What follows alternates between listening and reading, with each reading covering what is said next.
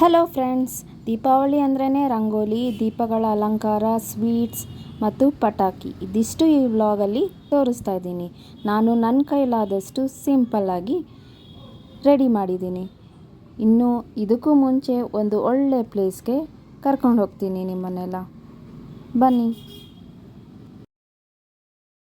ನಾಳೆ ದೀಪಾವಳಿ ಮುಂಚೆ ಗಂಗಾ ಪೂಜೆ ಮಾಡಬೇಕು ಅಂತ ಈ ಕೆರೆ ಹತ್ರ ಬಂದಿದ್ದೀವಿ. ಈ ಕೆರೆ ವ್ಯೂ ಇನ್ನೊಂದು ಸೈಡಿಂದ ತೋರಿಸ್ತೀನಿ.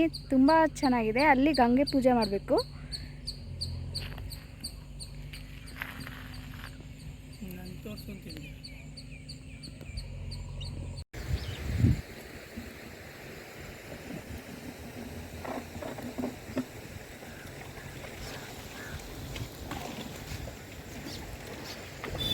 ನೋಡಿದ್ರಲ್ಲ ಎಷ್ಟು ಚೆನ್ನಾಗಿದೆ ಈ ವ್ಯೂ ನೋಡಲಿಕ್ಕೋಸ್ಕರನೇ ನಾನು ಈ ಕೆರೆಗೆ ಬಂದಿದ್ದು.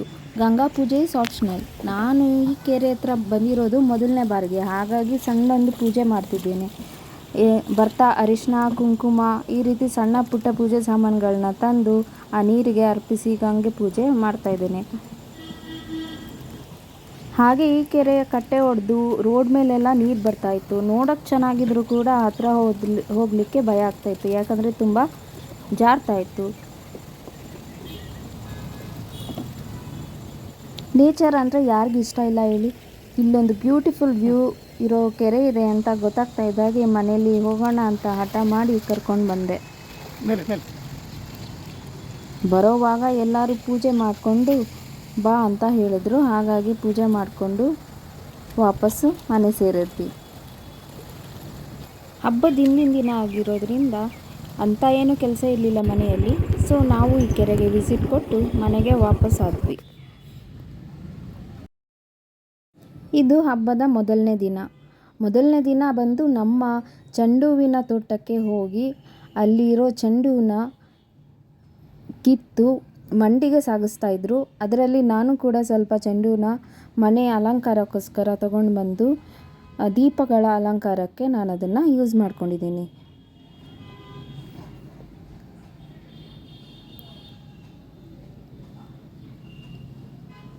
ಹಾಗೆ ಮನೆಯಲ್ಲಿ ಪೂಜೆ ಎಲ್ಲ ಮಾಡಿ ಮನೆ ಮುಂದೆ ದೀಪಗಳನ್ನ ಹಚ್ಚಿ ಇದಾದ ನಂತರ ಇನ್ನೇನು ಉಳಿದಿರತ್ತೆ, ಪಟಾಕಿ ಹೊಡೆಯೋದು. ಈ ವಿಡಿಯೋಲ್ಲಿ ನಾನು ಡೇ 1, ಡೇ 2, ಡೇ 3 ಅಂತ 3 ಡೇಸ್ದು ತೋರಿಸಿದ್ದೀನಿ. ದೀಪಾವಳಿ ಅಂದ್ರೇ ಪಟಾಕಿ ನೆನಪಾಗತ್ತೆ. ಸೊ ಪಟಾಕಿ ಹೊಡೆದ್ರೇ ಹಬ್ಬ ಕಂಪ್ಲೀಟ್ ಆಗೋದು ನನ್ನ ಪ್ರಕಾರ. ನಿಮಗೇನು ಅನಿಸುತ್ತೆ? ನಂಗೆ ಗೊತ್ತು ಪಟಾಕಿ ಅಂದರೆ ಏರ್ ಪೊಲ್ಯೂಷನ್ ಅಂತ, ಆದರೆ ಪಟಾಕಿ ಹೊಡಿದೇ ಇದ್ದರೆ ಮನಸ್ಸಿಗೆ ಸಮಾಧಾನನೇ ಇರಲ್ಲ. ಅದು ದೀಪಾವಳಿನೇ ಅನ್ನಿಸ್ಕೊಳ್ಳೋದಿಲ್ಲ ನನ್ನ ಪ್ರಕಾರ. ಜೊತೆಗೆ ನನ್ನ ಮಗನಿಗೆ ದೀಪಾವಳಿ ಆಗಲಿ ಯಾವುದೇ ಹಬ್ಬ ಆಗಲಿ ಅವನದನ್ನು ಎಂಜಾಯ್ ಮಾಡಬೇಕು ಅನ್ನೋದು ನನ್ನ ಆಸೆ. ಇನ್ನೂ 2ನೇ ದಿನ ಬೆಂಗಳೂರಿಗೆ ವಾಪಸ್ಸಾಗಿ ಗ್ರಹಣ ಎದ್ದಿದ್ದರಿಂದ ಸಂಜೆ ಮೇಲೆ ಕ್ಲೀನಿಂಗ್ ಮಾಡಿ ಪಟಾಕಿ ಹೊಡೆದಿದ್ದಾಯಿತು.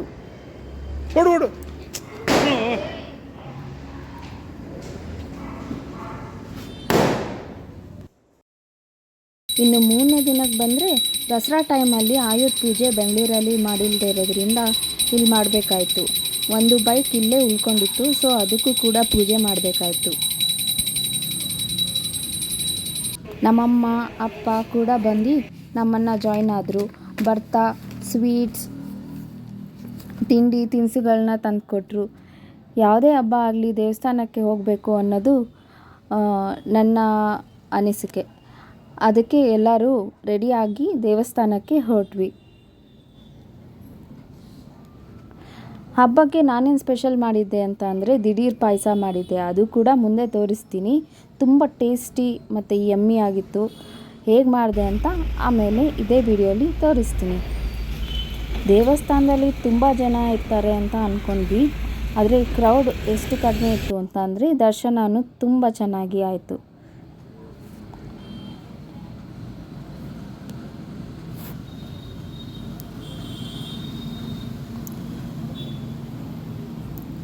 ಈ ದೇವಸ್ಥಾನದಲ್ಲಿ ಎಲ್ಲ ದೇವ್ರ ದರ್ಶನವೂ ಸಿಕ್ತು. ಕೊನೆಯದಾಗಿ ನಮ್ಮನೆ ದೇವರು. ದರ್ಶನ ಮುಗಿಸ್ಕೊಂಡು ಅಲ್ಲೇ ಸ್ವಲ್ಪ ಹೊತ್ತು ಕೂತು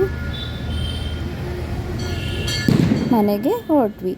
ಮನೆಗೆ ಹೋಗ್ತಾ ಇದ್ದಂಗೆ ತುಂಬ ಹೊಟ್ಟೆ ಹಸಿವಾಗ್ತಾಯಿತ್ತು. ಸೊ ಊಟ ಮಾಡಿಕೊಂಡು ತಕ್ಷಣ ನಾನು ಪಾಯಸಕ್ಕೆ ರೆಡಿ ಮಾಡಿಕೊಂಡೆ. ದಿಢೀರ್ ಪಾಯಸ ಅಂತ ಅಂದರೆ ಇದೆ ನಂದಿನಿ ಇನ್ಸ್ಟಂಟ್ ಪಾಯಸ ಮಿಕ್ಸ್. ಇದನ್ನು ನಾನು ಯೂಸ್ ಮಾಡಿಕೊಂಡು ಪಾಯಸ ಮಾಡಿದೆ. ಇದಕ್ಕೆ ಹಾಲು ಬೇಡ, ಏನೂ ಬೇಡ, ಬರೀ ಬಿಸಿನೀರಿದ್ದರೆ ಸಾಕು. ಬಿಸಿನೀರನ್ನ ಕುದಿಸೋಕ್ಕಿಟ್ಬಿಟ್ಟು ಈ ಪಾಯಸದ ಮಿಕ್ಸ್ನ ಹಾಕಿ ಚೆನ್ನಾಗಿ ಕಲಿಸ್ಬಿಟ್ಟು 5ರಿಂದ 10 ನಿಮಿಷ ಕುದಿಸಿದ್ರೆ ಪಾಯಸ ರೆಡಿ. ಎಷ್ಟು ಈಸಿ ಅಲ್ಲ. ನಿಮಗೆ ಟೈಮ್ ಇಲ್ಲ ಅಂದಾಗ, ಯಾರಾದರೂ ಗೆಸ್ಟ್ ಬಂದರು ಅಂದಾಗ ನೀವು ಇದನ್ನು ಟ್ರೈ ಮಾಡ್ಬೋದು. ಇದು ಜಸ್ಟ್ 90 ರುಪೀಸ್. ಇದೇ ಫಸ್ಟ್ ಟೈಮ್ ನಾನು ಕೂಡ ಇದನ್ನು ಟ್ರೈ ಮಾಡಿದ್ದು. ಟೇಸ್ಟ್ ಅಂತೂ ಮದುವೆ ಮನೆ ಪಾಯಸನೇ ನೆನಪಿಸ್ತಾ ಇತ್ತು.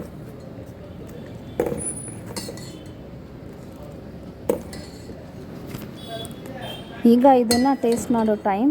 ಪಾಯಸ ರೆಡಿ ಆದಮೇಲೆ ಇದನ್ನು ನಾನು ಫಸ್ಟ್ ಸರ್ವ್ ಮಾಡಿದ್ದೆ ನನ್ನ ಡ್ಯಾಡಿ ಮತ್ತು ಹಬ್ಬಿಗೆ. ಸೊ ಅವರು ಇದ್ರ ಬಗ್ಗೆ ಏನಂತಾರೆ ಅಂತ ನೀವೇ ಕೇಳಿ. ಅಜ್ಜಿ ಚೆನ್ನಾಗಿದೆ. ಹೇಗೆ? ಚೆನ್ನಾಗಿದೆ.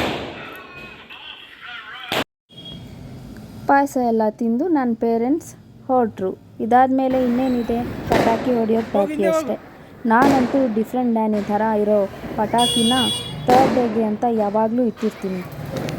ಈ ಬಾರಿ ಹಬ್ಬ ಸಿಂಪಲ್ಲಾಗಿ ನೀಟಾಗಿ ಆಯಿತು. ನಿಮ್ದು ಹೇಗಾಯಿತು ಅಂತ ನನಗೆ ತಿಳಿಸಿ.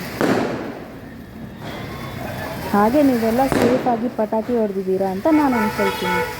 ಈ ವಿಡಿಯೋನ ನಾನು ಇಲ್ಲೇ ಮುಗಿಸ್ತಾ ಇದ್ದೀನಿ. ಬಾಯ್ ಬಾಯ್. ಹಾಂ